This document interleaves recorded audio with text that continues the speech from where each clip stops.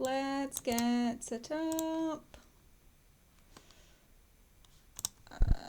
Dun, dun, dun, dun, dun, dun.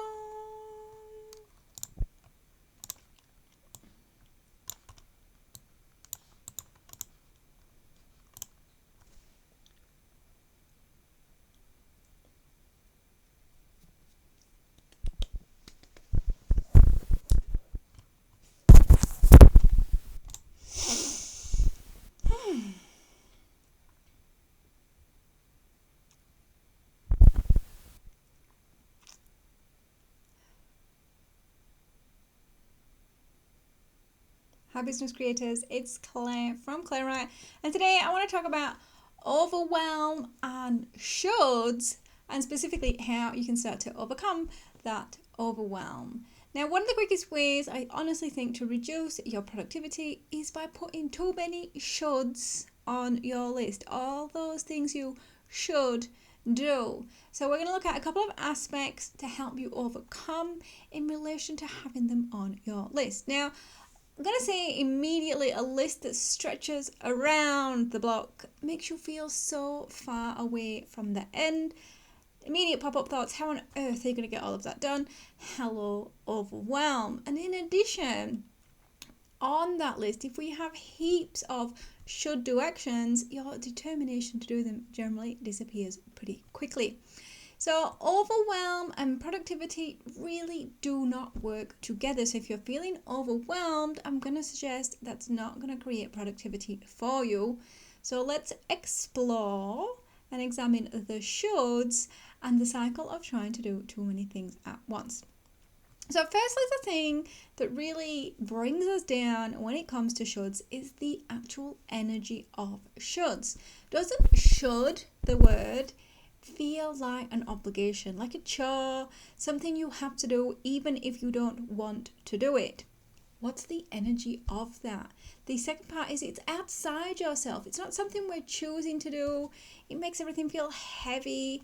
Even if that something is aligned with you, with your strengths, with your business, I would suggest that phrasing it, placing it in a should, even if it should help you grow your business, it just doesn't have that positive motivating factor. Like, I should ask that lead, that person, if they want to talk to me. I should send that newsletter email to my list. Now, I may be emphasizing the word should, but think about it for yourself. What is the energy of that?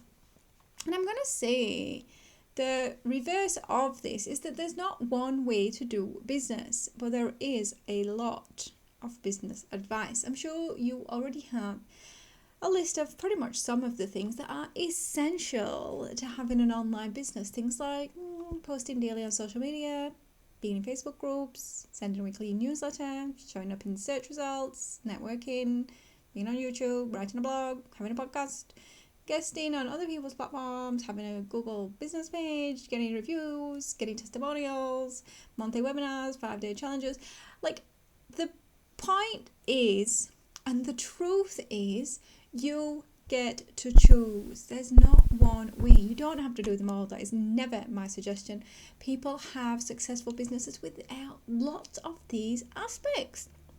Without social media marketing, without huge email lists, without websites, without recording videos, without being consistent, dare I say it. So, like, what I would encourage you to do is think about what are the things you want to do rather than the things you should do.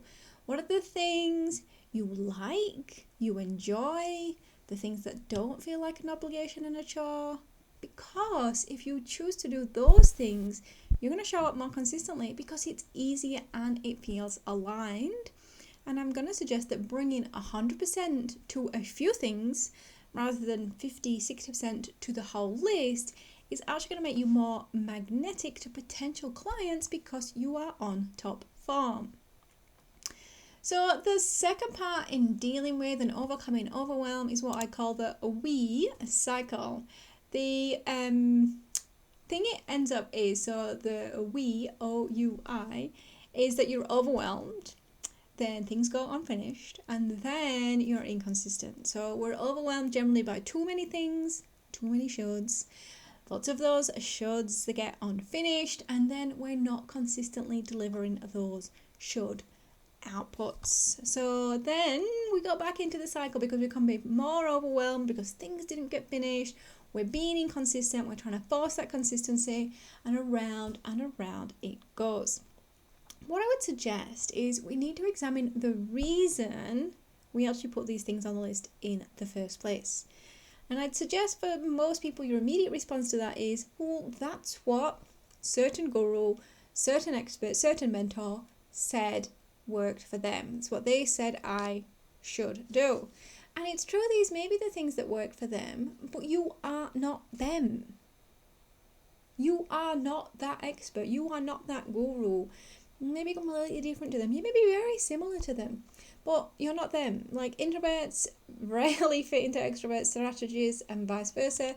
Natural writers rarely fit neatly into natural speakers' tactics. Things like doing guest interviews on podcasts instead of writing guest posts on blogs. What would actually align with you? Yeah, like, the funniest part of this is we feel like an imposter because we're trying to fit into somebody else's rules. We're trying to work to somebody else's strengths when we simply just follow this advice without reflecting it first through us. We are adhering to somebody else's beliefs about what it takes to succeed in business. Is there any doubt as to why you're feeling like an imposter if you realize you're doing it somebody else's way? Because you are totally allowed to do it your way. So what do you need to think about? Well, what are the things that align with your natural strengths, talents, and abilities? And this is the key to actually making that to-do list feel easier and feel achievable, because they work for you. And I'm suggesting in that when it feels easy and feels more achievable, you're going to reduce the avoidance and resistance. Because even though the activity itself, like promoting yourself on social media, may be outside your comfort zone, they can still align to your natural abilities, so you can still feel like it's actually possible for you. So if you're not a videos person, don't set yourself up to do Facebook Lives. Hello, like, it's just not you. Find another thing. That might be writing posts, that might be sticking to email newsletter lists. Like, what is that for you that's going to work for you? So to wrap up, overcoming the overwhelm of shoulds, if you put all the things on the list each week, it's probably going to take you a mammoth effort to get through them all. In reality, you're probably going to spend more time in overwhelmed than productive. So I'd encourage you to question your shoulds. Question all the things on the list. Are they enjoyable for you to do consistently? Are they aligned to your natural skills, gifts, talents, abilities? And are they actually taking you closer to the result you want? What stays, what needs to be disappeared from the list? And remember, it doesn't have to be forever. It can just be for now. We can experiment with one piece at a time. If this video has been useful, I'd love you to give me a thumbs up and let me know in the comments what shoulds are on your list. You can subscribe for more content like this on visibility, imposter, and mindset for solopreneurs. And if you need my help in stopping doing the busy work and starting doing the work that's going to make you visible and make you feel like a proper business owner, then reach out for a free chat about how we could work together.